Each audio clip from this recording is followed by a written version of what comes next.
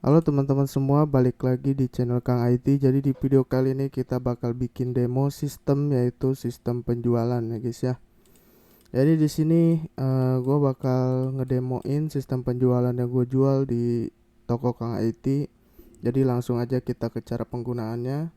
Yang pertama kalian buka Sampipi Control dulu ya. Nah untuk Sampipi-nya itu diwajibkan pakai versi 7.4. Jadi nggak boleh pakai versi 8.1. 5,6 masih oke lah, karena 5,6 ini dia support sama MySQL dan MySQL biasanya.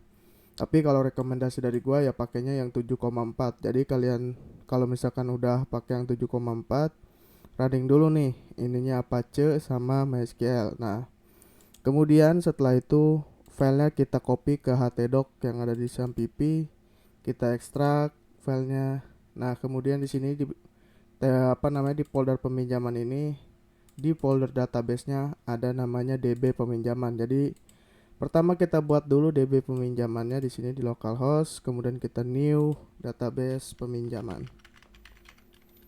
Oke, kalau misalkan udah dibuat database-nya, nah kebetulan di sini gue pakainya MySQL Pro. Nah ini gue gedein aja biar kelihatan. Nah ini kita import ya, kita import SQL. Kemudian di sini kita pilih di Sampipi, htdoc, peminjaman, database peminjaman. Oke. Nah, kita tunggu proses import datanya ya. Nah, sambil nunggu proses ini, nah udah ya. Kalau misalkan udah close, berarti kita close. Karena kalau di MySQL Pro tuh kayak gitu. Jadi kalau gue lebih enak pakai MySQL Pro dibanding pakai phpMyAdmin kalau menurut gue. Atau SQL Yoke juga enak sih sebenarnya. Itu tergantung masing-masing lah. Oke, kita lanjut aja, demoin lanjut. Kita buka di sini localhost peminjaman ya. Jadi disesuaiin aja nih ya, disesuaiin aja untuk namanya. Kalau misalkan di sininya peminjaman, ya berarti harus peminjaman localhost di atas ininya. Jadi nggak boleh yang lain-lain lah.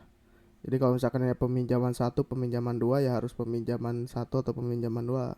Jadi harus disesuaikan berdasarkan nama folder di sini. Oke, kalau misalkan udah muncul kayak gini kan bisa daftar akun, kemudian juga bisa login. Nah, untuk user loginnya kan ada dua, yaitu admin dan user. Nah, di sini gue udah buat untuk user loginnya, dan di sini udah ada username, password, dan juga email ya. Di sini kita login pakai username sama password. Kita login ke bagian admin dulu untuk cari tahu menu-menu apa aja yang dimiliki oleh admin. Oke, kita masuk admin. Oke. Kalau misalkan udah masuk, kita bakal ditemukan dengan data dashboard yang seperti ini. Ada data barang, data ruangan, data user, pinjam barang, dan pinjam ruangan. Nah, kemudian di data master ini ada data barang ya. Jadi di data barang ini ada nama barang, ada stok juga. Karena ini peminjaman barang, bukan peminjaman kayak apa sih namanya, bukan pembelian barang ya, bukan pembelian barang. Jadi di sini hanya stok, tidak ada harga dan lain-lain sebagainya. Dan juga di sini ada data ruangan. Nah, untuk data master ini bisa kita tambah dengan kita kasih nama barang, stoknya, deskripsi, dan juga foto barangnya. Kemudian kita juga bisa klik detail untuk melihat data barang tersebut. Dan kemudian kita bisa edit data barangnya, kemudian kita bisa hapus data barangnya. Oke, lanjut ke peminjaman ruangannya juga. Data ruangan hampir sama, data ruangan juga ada nama ruangan, ada deskripsi, dan juga foto. Kemudian di bagian detailnya juga hampir sama seperti ini, hampir sama seperti yang ada di data barang. Kemudian editnya juga hampir sama, hapusnya juga hampir sama. Nah, untuk data master ini sebenarnya standar, hanya CRUD biasa. Dan di sini gue bakal contohin demonya tentang peminjaman barang itu seperti apa. Oke. Nah, untuk peminjaman barang tersendiri, kalau misalkan si admin ini fungsinya hanya bisa approve data, jadi tidak bisa tambah data atau dan lain sebagainya. Dan untuk pinjam ruangan pun sama, bisanya hanya approve data dan tolak data. Nah, kita contohin untuk user ya, user yang kedua ya. Untuk levelnya yang user, kita akan login menggunakan user karena di sini hanya user yang bisa meminjam barang ataupun ruangan. Nah, kita misalkan kita mau pinjam barang, kita tambah dulu ya. Nah, kita pilih barangnya apa, misalkan kita pilih barangnya buku misalkan, kemudian jumlah pinjamnya misalkan satu ya, misalkan jumlah pinjamnya dua lah, dua gitu misalkan. Nah, ini tanggalnya tanggal selesai pinjamnya kapan, kita kasih tanggal 31. Nah, untuk tanggal mulai pinjam ini udah default ya hari ini. Jadi misalkan sekarang tanggal 29 ya tanggal 29. Kalau misalkan sekarang tanggal 30 ya tanggal 30. Jadi udah default lah. Untuk lokasi barangnya jadi lokasi peminjaman sih, ini lebih tepatnya ke lokasi peminjamannya di mana, kita isi aja misalkan di Tangerang. Kita save. Nah, data berhasil disimpan. Nah, untuk peminjaman ini jadi bisa kita batalkan, bisa juga kita lihat detailnya. Nah, untuk detailnya kan seperti ini nih. Nama peminjamnya siapa, buku, terus jumlah pinjamnya berapa, tanggal mulai peminjaman, tanggal selesai, statusnya menunggu. Lokasi barangnya di Tangerang, deskripsi tentang barangnya ini buku bagus misalkan. Dan untuk fotonya seperti ini. Nah, untuk bagian batal ini kan jumlah pinjamnya bisa diambil ya kalau misalkan barang. Nah, ini kita contohin misalkan tadi buku itu kan ada 20 stoknya. Nah, ini berkurang jadi 12. Nah, kalau misalkan dia prosesnya dibatalin, misalkan saya batalin ya. Saya batalin. Kemudian dia bakalan balik lagi jadi 20. Nah, kayak gini kalau misalkan prosesnya itu dibatalin. Tapi kalau misalkan dia disetujui oleh si admin, yaitu nggak jadi pembatalan. Oke, ini kita input ulang lagi aja ya buat contoh. Kemudian kita save. Nah, ini untuk proses approvementnya ya. Kita proses approval. Kita logout dulu. Kemudian kita masuk ke menu admin. Kita masuk ke menu admin pinjam barang. Nah, di sini ada approve ya. Di sini ada approve dan juga detail. Jadi di sini kita bisa approve. Nah, approve pinjaman ini kita approve. Nah, kemudian data berhasil. Oke, data jumlahnya dan di approve ya. Nah, kalau misalkan sudah di approve berarti kan user sudah meminjam barang dengan stok sekian. Nah, kalau misalkan dia sudah selesai dengan peminjamannya, kita bisa kembalikan nih peminjamannya. Kalau misalkan sudah selesai, kita kembalikan peminjamannya. Nah, otomatis kalau misalkan peminjamannya sudah kembali, berarti kan status menjadi selesai, actionnya juga selesai, dan juga ada tombol detail.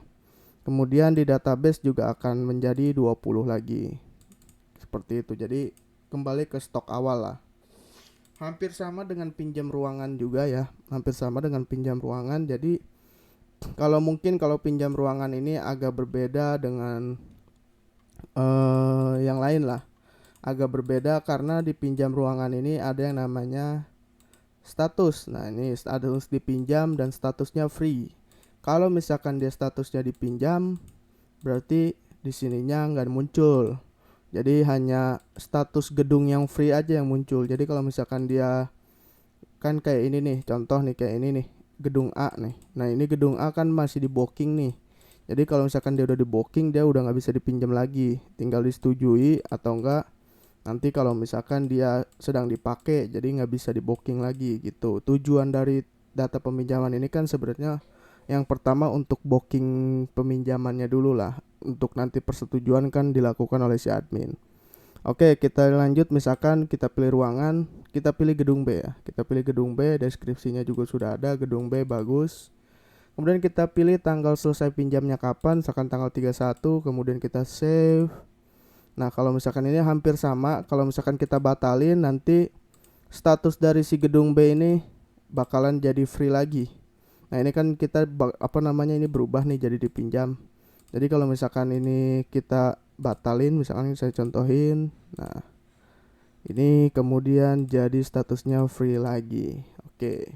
Jadi kita tambah data dulu untuk gedung B ya.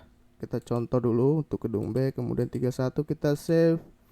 Kita logout, masuk ke menu admin.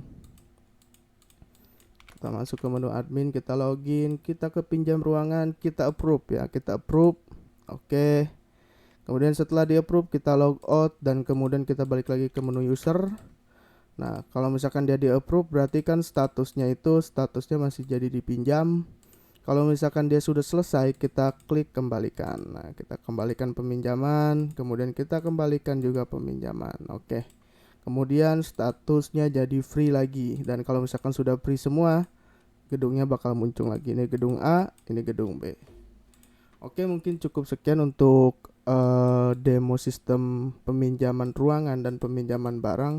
Jadi kalau misalkan kalian mau custom sistem atau enggak mau custom sistem yang peminjaman yang udah ada ini dibikin lagi lebih oke sama kalian, atau misalkan minta tolong pakai jasa Kang IT juga bisa. Jadi silahkan di apa namanya diotak-atik, dan juga bisa di otak-atik source code-nya lah. Jadi kan karena ini saya jual yang source code, jadi semuanya udah free, open source. Jadi bisa diutak-atik, mau diubah kayak gimana pun juga. Oke, mungkin cukup sekian aja. Thank you for watching. I love you semuanya. Bye bye.